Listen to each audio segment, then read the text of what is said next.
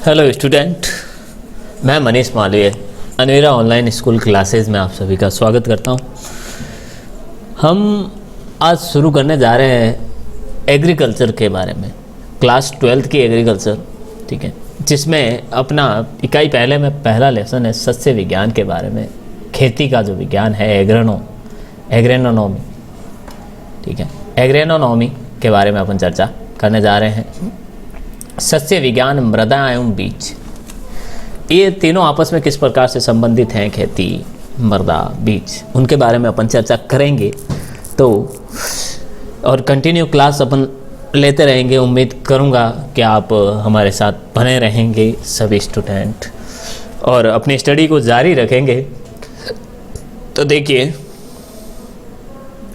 सस्य विज्ञान, पहले परिभाषा क्या है तो मैं आपको साथ साथ में बताता रहूँगा इम्पोर्टेंट क्वेश्चंस के बारे में, कैसे लिखना है, क्या सोचना है, क्या करते हैं, ठीक है, कैसे क्वेश्चन बनता है वो भी मैं आपको बताता रहूँगा।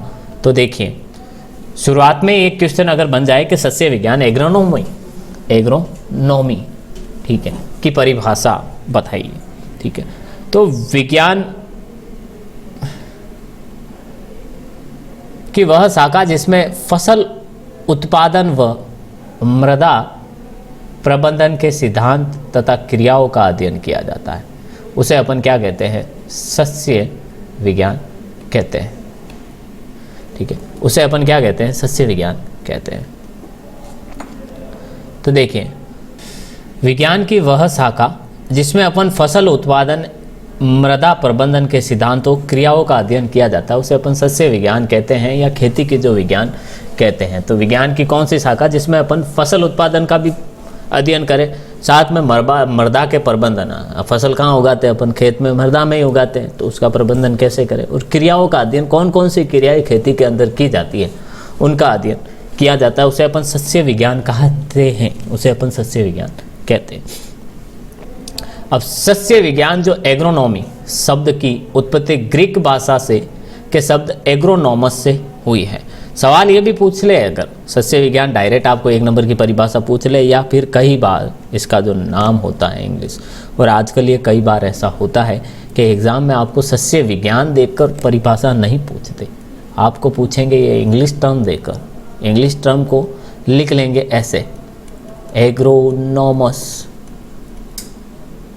एग्रोनॉमस किसे कहते हैं, और अपन सोच में पड़ जाएंगे एग्रोनॉमस क्या होता है, क्योंकि अपन ने इसके इंग्लिश टर्मिनोलॉजी पे बिल्कुल ध्यान ही नहीं देते, ठीक है। सस्य विज्ञान में देखते हैं, ठीक है, कि ये परिभाषा आएगी, कर लेंगे।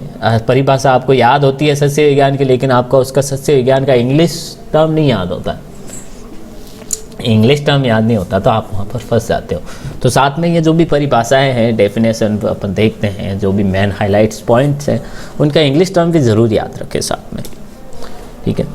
तो देखिए, आगे चलते हैं अपन। जो सस्य विज्ञान एग्रोनॉमी शब्द हैं, वो ग्रीक भाषा के शब्द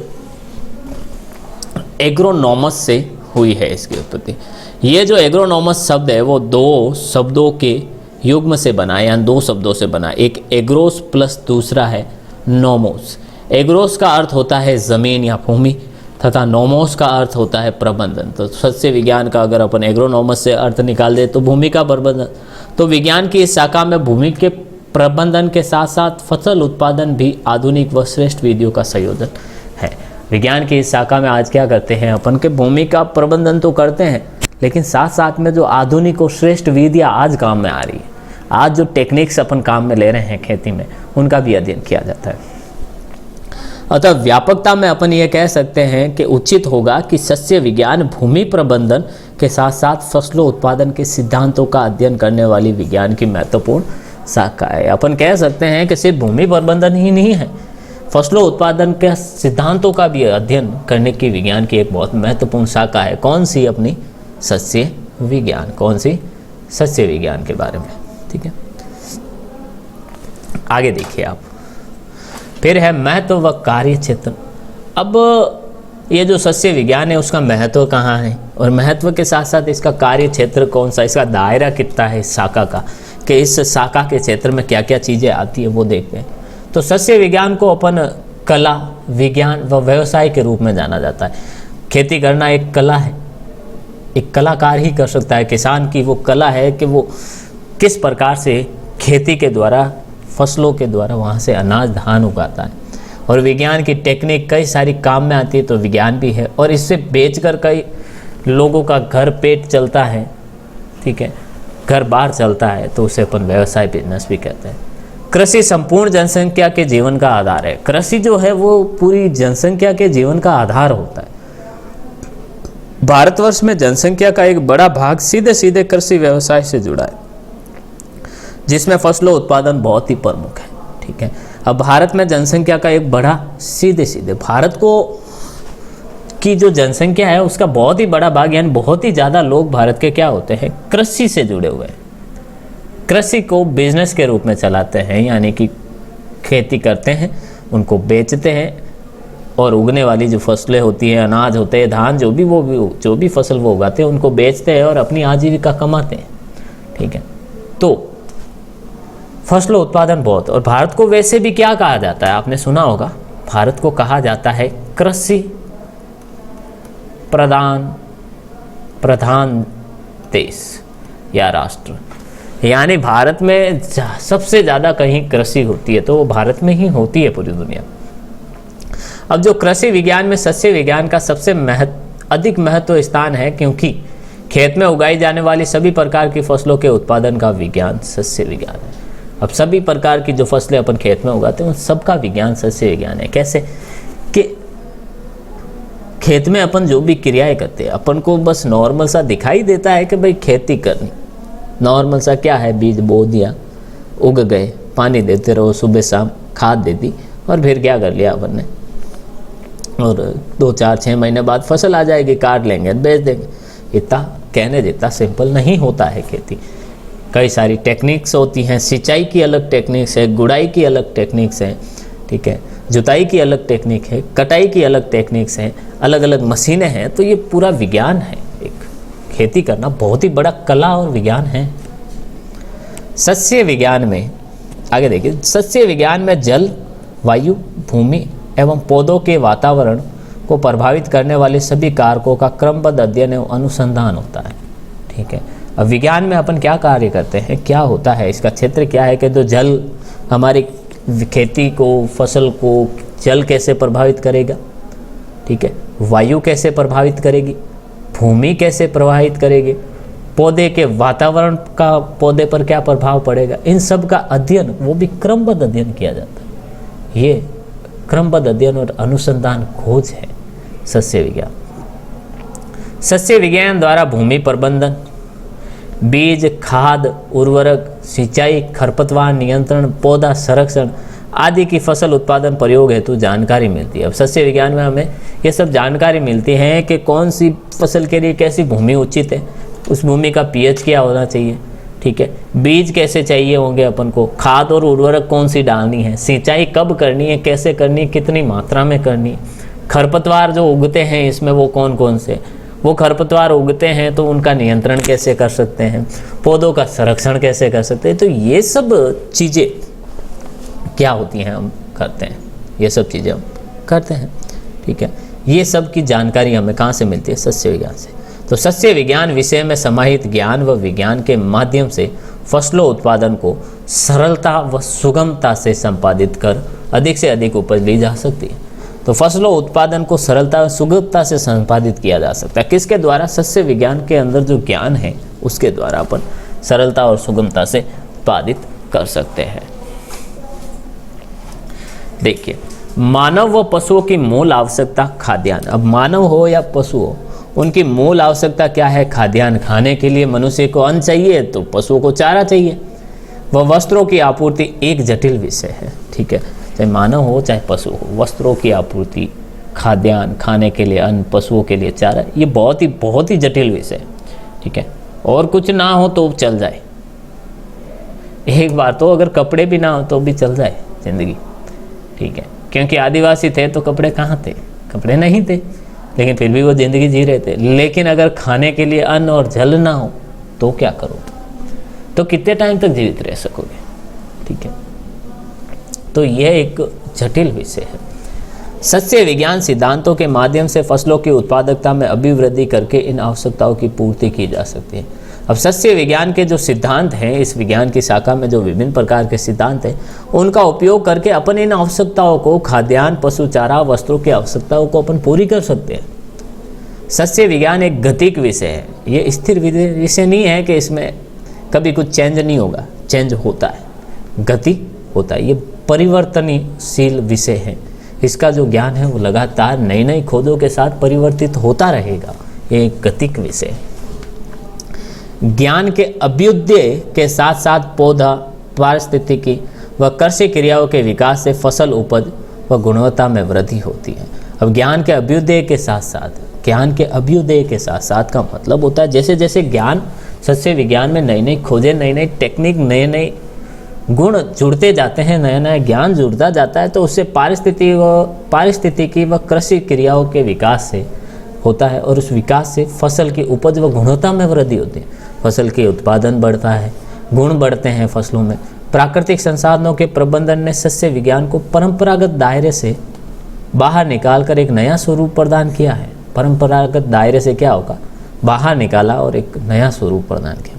60 के दशक में हरित क्रांति के सूत्रपात के बाद नई किस्मों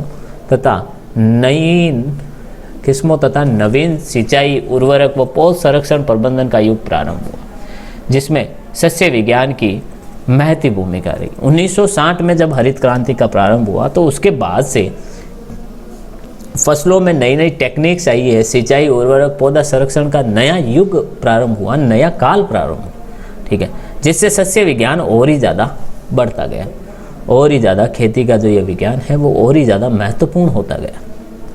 कालांतर में जलवायु परिवर्तन व बिगड़े मृदा स्वास्थ्य के प्रसंग में फसल व मृदा प्रबंधन में बदलाव की आवश्यकता महसूस की गई।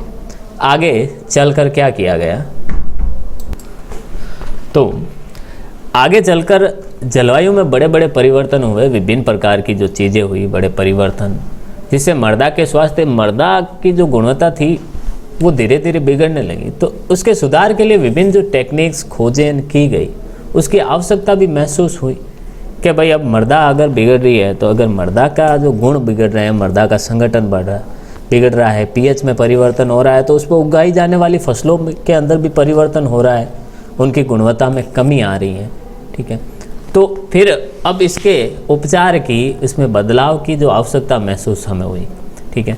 इसी संदर्भ में सस्य विज्ञान विषय का अहम योगदान रेखांकित हुआ। इस संदर्भ में अब इस बदलाव का जो आवश्यकता महसूस हुई, उसकी पूर्ति के लिए सस्य विज्ञान ने बहुत कुछ अपना योगदान दिया है।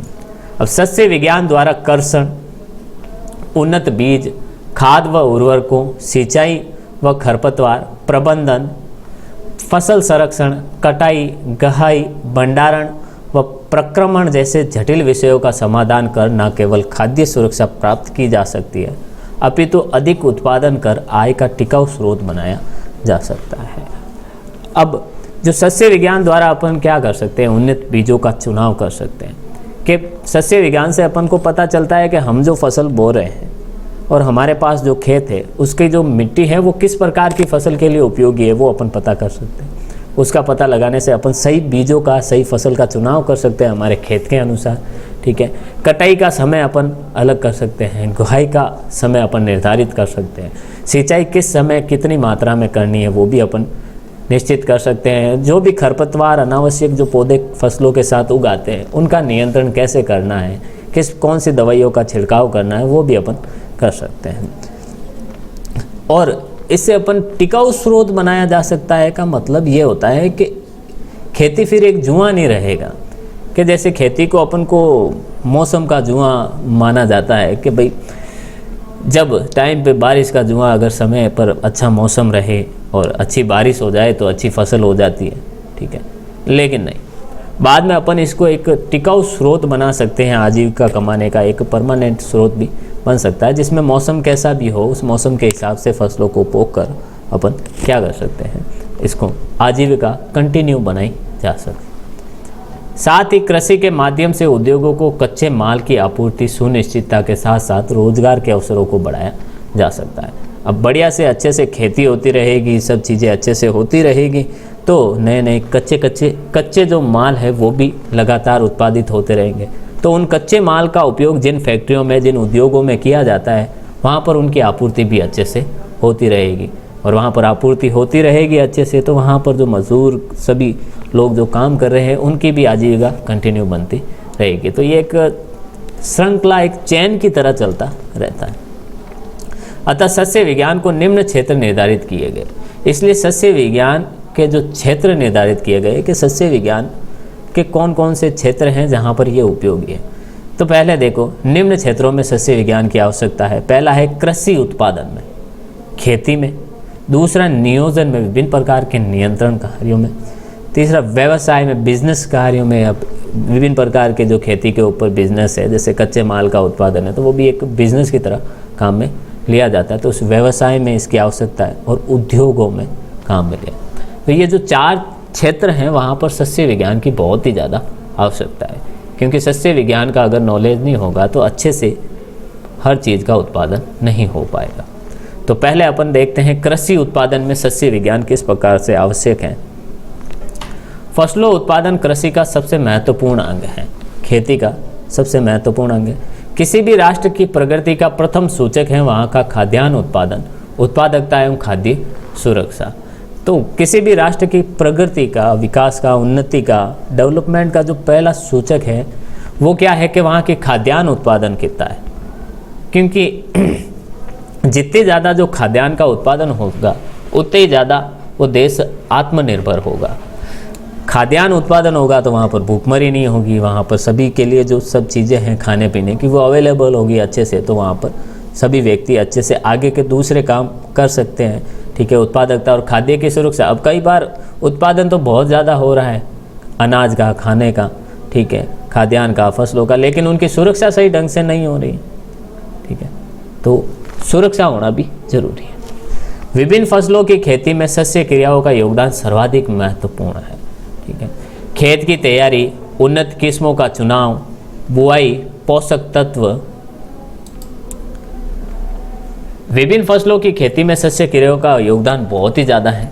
खेत की तैयारी करना, खेत की तैयारी, उन्नत किस्मों का चुनाव, बुआई, पोषक तत्व प्रबंधन, खरपतवार प्रबंधन, सिंचाई प्रबंधन, पौध संरक्षण, कटाई, गहाई, भंडारण जैसे महत्वपूर्ण कार्यों का संपादन उचित तरीकों से करना सस्य विज्ञान की सीमा में आता है।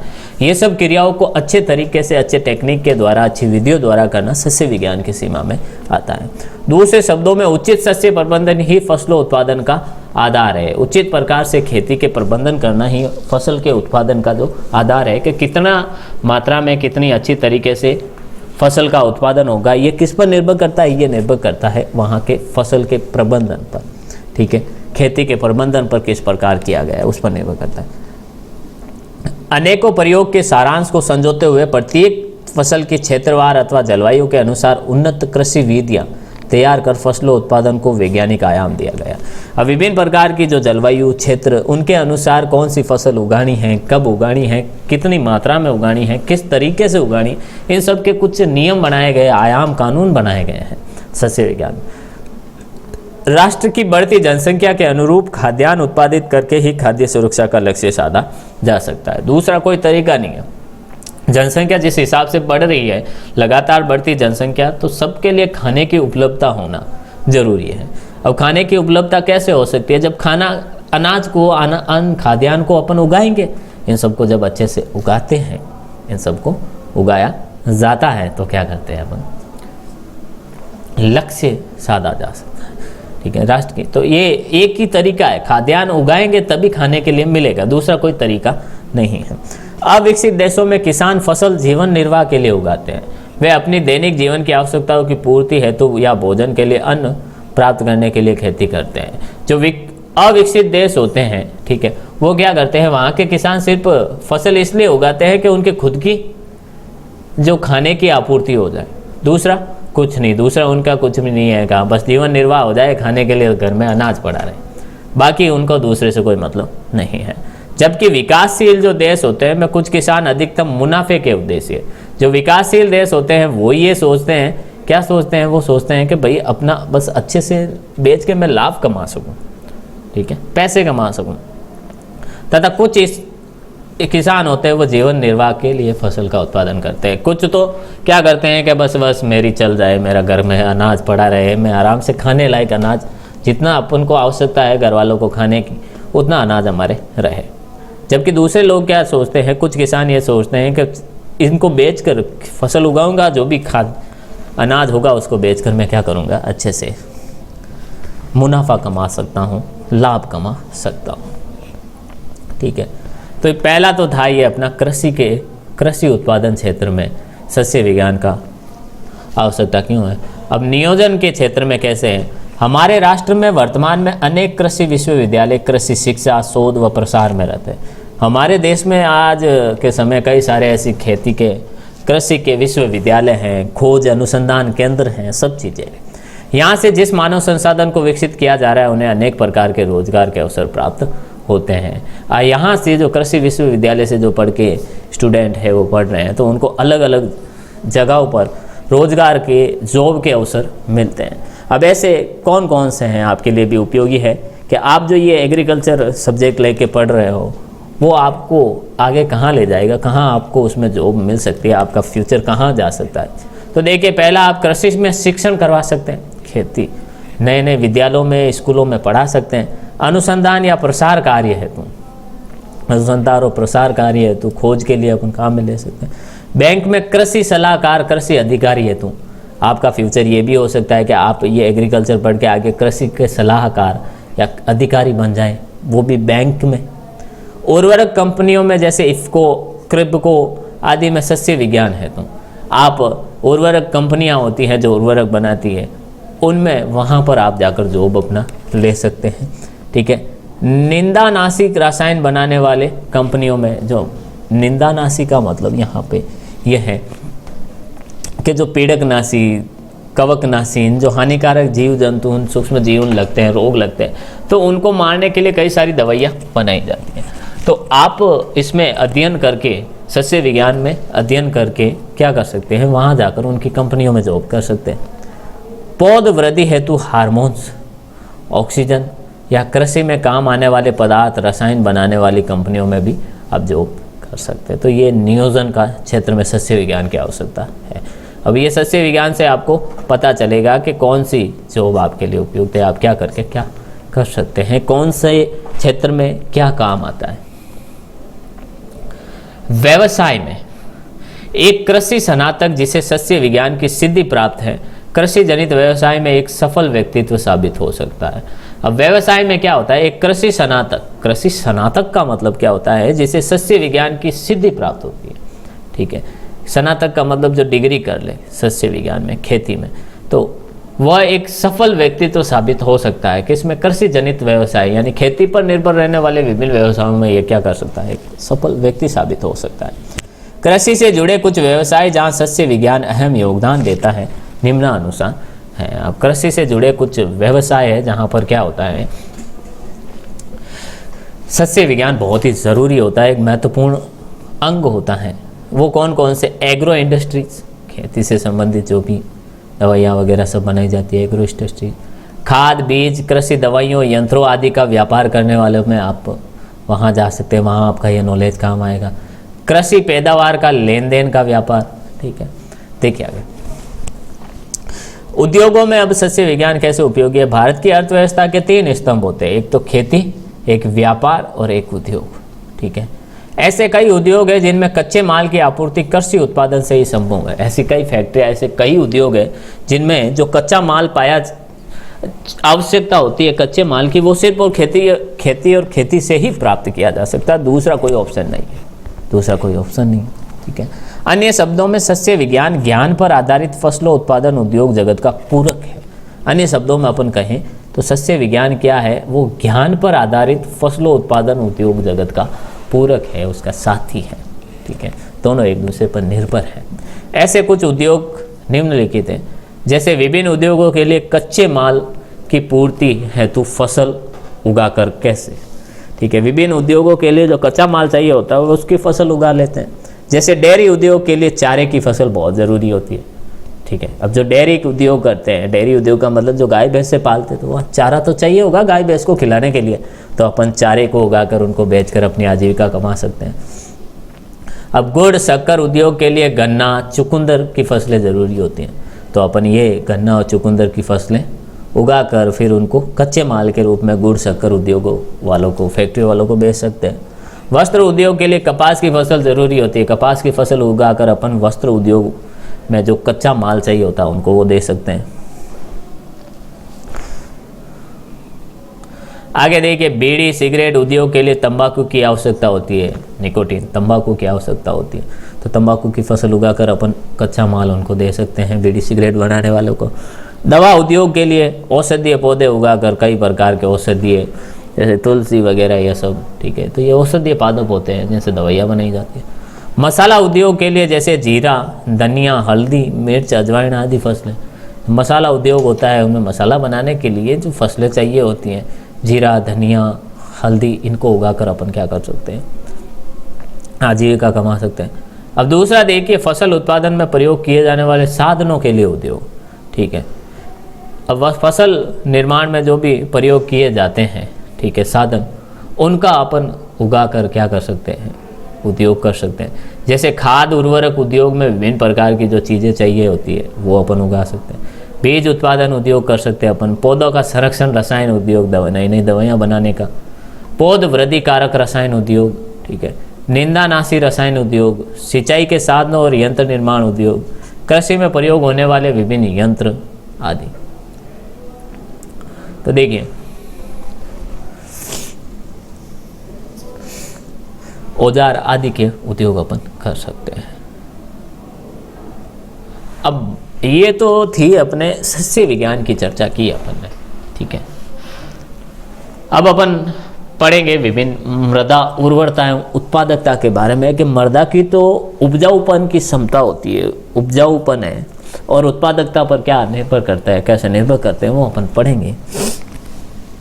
मृदा उर्वरता की अगर अपन चर्चा करें, मृदा उर्वरता देखिए, पादप वृद्धि के लिए अनुकूल दशाओं में मृदा द्वारा आवश्यक पोषक तत्वों को प्राप्य रूप और उचित मात्रा तथा उपयुक्त संतुलन में प्रदान करने की क्षमता को अपन मृदा उर्वरता कहते हैं। मृदा उर्वरता अपन इसको कहते हैं। किसको कहते हैं कि भाई मृदा उर्वरता किसे कहते हैं कि पादप वृद्धि के लिए, पादप वृद्धि के लिए अनुकूल दशाओं में मृदा द्वारा आवश्यक पोषक तत्वों को प्राप्य रूप में उचित मात्रा एवं उपयुक्त संतुलन में प्रदान करने की क्षमता को मृदा उर्वरता कहते हैं। कि मृदा द्वारा क्या करता है, पादप वृद्धि के लिए जो भी अनुकूल दशाएं होती हैं, जिसमें प्राप्य जो पोषक तत्व होते हैं जो फसल के लिए ज़रूरी होते हैं, उचित जितनी मात्रा में होते हैं उतनी मात्रा में और उपयुक्त संतुलन में उपयुक्त समय पर प्रदान करने की जो मृदा की क्षमता होती है, उसे ही अपन मृदा उर्वरता कहते हैं। उपजाऊ भूमि के लिए आवश्यक तत्वों के साथ साथ भूमि की भौतिक दशा, जल एवं वायु का अनुपात, जीवाणु की क्रियाशीलता तथा उपयुक्त तापक्रम का होना भी आवश्यक है। अब उपजाऊ अगर अपन को जमीन चाहिए, ठीक है, उपजाऊ जमीन की अगर बात करें अपन, तो उपजाऊ जमीन के लिए आवश्यक तत्वों के साथ साथ जो भी तत्व चाहिए वो तो होने चाहिए, साथ साथ भूमि की भौतिक दशा भी होनी चाहिए। भौतिक दशा अच्छी होनी चाहिए, कणों का गठन, कण, रंग, सब ये अच्छे होने चाहिए। जल वहाँ पर अधिक मतलब संतुलित मात्रा में होना चाहिए कि जिस फसल को जितनी मात्रा में ज़रूरत है जल की, उतनी मात्रा में जल वहाँ पर उपस्थित हो। वायु का अनुपात हो अच्छे से, जीवाणुओं की क्रियाशीलता अच्छे से हो, उपयुक्त तापक्रम का होना भी बहुत ज़रूरी है, उपयुक्त तापक्रम होना बहुत ज़रूरी है। सामान्यतः उपजाऊ मृदाएं उत्पादक होनी चाहिए, किंतु यह तथ्य सभी दशाओं में सत्य नहीं होता है। सामान्यतः जो उपजाऊ मृदाएं होती हैं वो उत्पादक होनी चाहिए, ये सच नहीं होता हर बार, ठीक है। मौसम की प्रतिकूल दशाओं की जैसे कि ओले, पाला, तूफान, बीमारी आदि द्वारा फसल नष्ट हो जाए तो भूमि उपजाऊ होते हुए भी उत्पादक नहीं कहलाएगी, ठीक है। कि सभी जो मृदा उपजाऊ है वो उत्पादक भी हो, ये ज़रूरी नहीं है, ये सभी दशाओं में लागू नहीं होता है, ठीक है। मृदा बहुत ज़्यादा उपजाऊ है लेकिन वहाँ ओले, पाले, बीमारियाँ हैं उस क्षेत्र में, उस खेत के अंदर, तो क्या उत्पादन होगा? मृदा कितनी भी उपजाऊ मृदा हो लेकिन उत्पादन वहाँ से नहीं हो पाएगा, ठीक है। अब मृदा उर्वरता को प्रभावित करने वाले कारक कौन कौन से हैं, ठीक है। तो मृदा उर्वरता को प्रभावित करने वाले कारकों की अगर अपन चर्चा करें तो मृदा उर्वरकों के बारे में अपन चर्चा, प्रभावित करने वाले कारकों की चर्चा अपन आने वाली क्लास में करेंगे। उम्मीद करता हूँ जो भी अपन ने आज पढ़ा है वो आपको समझ में आया होगा। मिलते हैं अपन अगली क्लास में, तब तक के लिए all the best. Thank you. घर में रहिए, सेफ रहिए, सुरक्षित रहिए, अपने और अपनों का ख्याल रखिए। मिलते हैं अगली क्लास में, तब तक के लिए all the best. Thank you.